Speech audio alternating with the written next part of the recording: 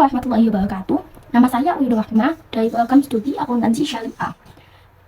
Di sini saya membuat video ini sebagai tugas akhir dari mata kuliah Fikih Ibadah. Untuk materi yang pertama yaitu materi korban dan logiko. Ibadah korban itu sendiri adalah ibadah yang dilakukan oleh umat Islam sebagai bentuk pengabdian kepada Allah Subhanahu wa Ta'ala. Ibadah korban ini melibatkan penyembelihan hewan tertentu dengan niat yang tulus dan melakukan tata cara yang telah ditetapkan oleh agama Islam.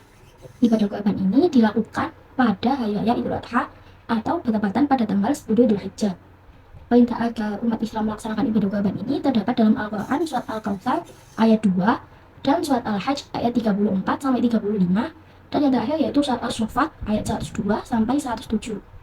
Untuk syarat ibadah korban itu sendiri yaitu beragama Islam, baligh, memiliki akal, memiliki harta yang lebih, menggunakan jenis hewan yang diperbolehkan, melakukan penyembelihan pada waktu yang telah ditentukan, niat untuk melakukan ibadah korban, pelaksanaan penyembelihan.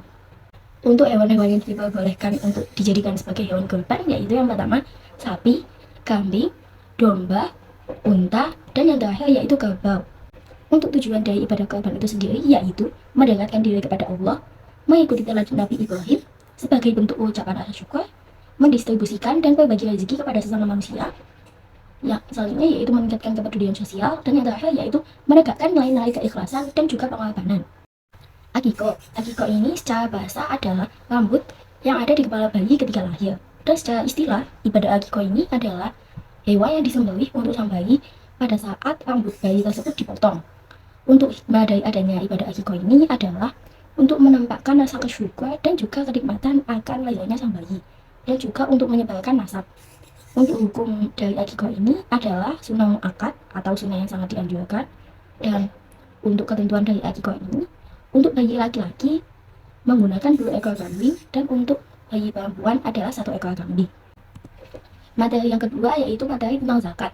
Zakat ini dibagi menjadi 2, yang pertama yaitu zakat fitrah dan zakat kedua yaitu zakat mal.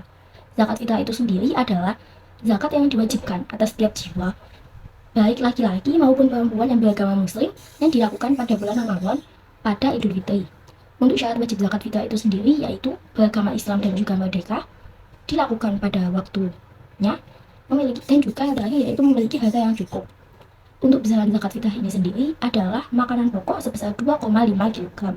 Untuk niat zakat fitrah ini untuk dia sendiri yaitu nawaitu al-ukhrija zakat al-fitri an-nafsi fadlillahi ta'ala.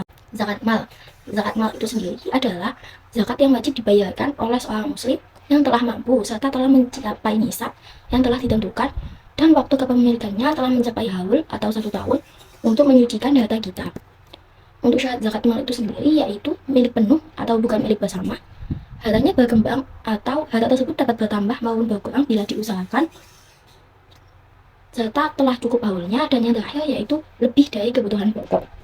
Untuk harta yang terkena wajib zakat ini yaitu yang pertama binatang ternak, yang kedua emas dan perak, yang ketiga harta perniagaan, yang keempat hasil pertanian, yang kelima hasil laut, yang keenam hasil bumi, dan yang ketujuh yaitu harta rikas atau harta karun.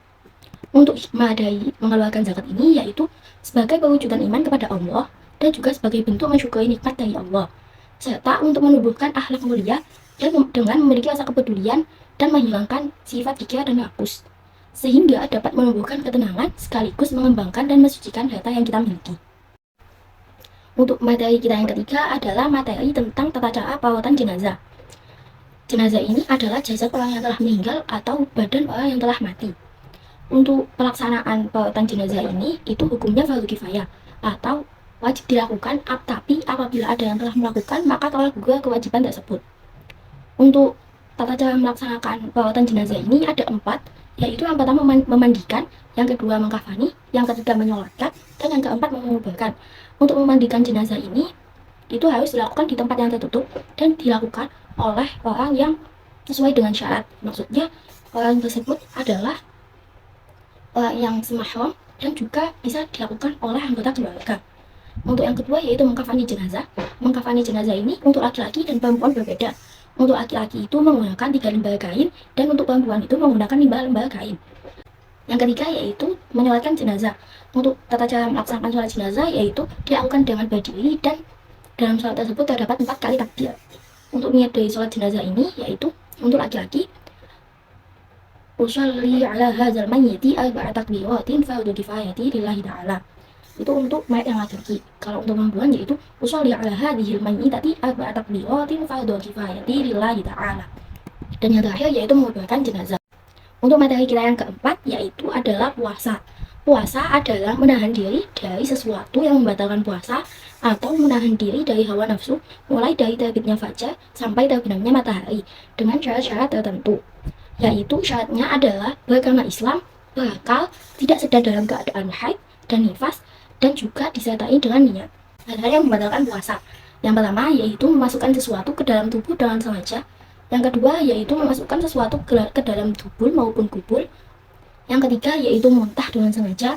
Yang keempat yaitu melakukan hubungan suami dan istri. Yang kelima yaitu keluar air mani dengan sengaja. Yang keenam haid dan juga nifas. Yang ketujuh murtad. Dan yang kedelapan gila atau hilangnya akal. Untuk materi kita yang kelima adalah tentang haji. Pengertian dari ibadah haji ini sendiri adalah menyengaja berkunjung ke Baitullah atau Ka'bah untuk melakukan rangkaian amalan yang telah diatur dan ditetapkan oleh Allah sebagai ibadah. Ibadah haji ini sendiri merupakan rukun Islam kelima yang wajib dilaksanakan oleh setiap orang Islam yang mampu secara fisik, mental, spiritual, sosial, maupun finansial. Syarat-syarat ibadah haji yaitu sebagai berikut. Yang pertama yaitu beragama Islam, yang kedua baligh, yang ketiga berakal, yang keempat merdeka, dan yang kelima mampu. Maksud dari mampu ini itu mampu secara fisik dan juga mampu secara finansial. Untuk rukun-rukun haji yaitu yang pertama ihram disertai dengan niat, yang kedua wukuf di Arafah, yang ketiga tawaf di Baitullah, yang keempat sa'i antara Bukit Sofa dan juga Bukit Marwah, yang kelima bercukur untuk tahallul, dan yang keenam yaitu tertib. Untuk wajib haji itu sendiri yaitu yang pertama ihram di miqat, yang kedua bermalam di Musdalifah, yang ketiga melempar jumrah Aqobah, yang keempat melempar 3 jumrah pada hari tasyrik, yang kelima menginap di Mina, yang keenam tawaf wada, yang ketujuh menjauhi hal-hal yang diharamkan selama ihram. Untuk sunah-sunah haji yaitu mandi sebelum ihram, menggunakan kain ihram yang baru, memperbanyak talbiyah, melakukan tawaf qudum, sholat 2 rakaat tawaf, bermalam di Mina, mengambil pola ifrad yaitu pola mendahulukan haji daripada umrah, dan yang terakhir yaitu tawaf wada. Untuk larangan selama ihram haji ini yaitu bagi laki-laki dilarang untuk menggunakan pakaian berjahit, bagi laki-laki dilarang menggunakan penutup kepala, dilarang menikah, menikahkan, ataupun menjadi wali nikah. Yang selanjutnya yaitu dilarang menggunakan wewangian, dilarang berburu binatang dan memakannya, dilarang melakukan maksiat ataupun kejahatan lainnya, dan yang terakhir yaitu dilarang bersetubuh. Untuk materi yang terakhir yaitu materi tentang ibadah umrah. Umrah ini yaitu berkunjung ke Baitullah untuk melakukan tawaf, sa'i, dan juga tahallul demi mengharapkan ridha dari Allah Subhanahu wa Ta'ala. Untuk syarat dari ibadah umrah ini sendiri yaitu Islam, berakal sehat, baligh, merdeka, dan juga mampu. Untuk rukun dari umrah yaitu yang pertama ihram dari miqat, yang kedua tawaf, yang ketiga sa'i, yang keempat tahallul atau mencukur rambut, dan yang kelima yaitu tertib. Sunah-sunah umrah yang pertama yaitu mandi, memotong kuku, menipiskan kumis, mencakup bulu ketiak, dan mencukur rambut kemaluan sebelum melakukan niat ihram. Yang kedua yaitu memakai minyak wangi, yang ketiga yaitu berihram, memakai 2 lembar kain putih, satu dijadikan selendang dan yang satu dijadikan sarung, ini untuk laki-laki. Yang keempat yaitu melakukan al-ittibah pada saat tawaf. Yang kelima yaitu mencium al-hajar aswad jika memungkinkan. Yang keenam yaitu banyak berzikir dan berdoa saat tawaf. Yang ketujuh yaitu meminum air zam-zam, dan yang terakhir yaitu ketika berada di antara rukun yamani dan hajar aswad itu mengucapkan doa.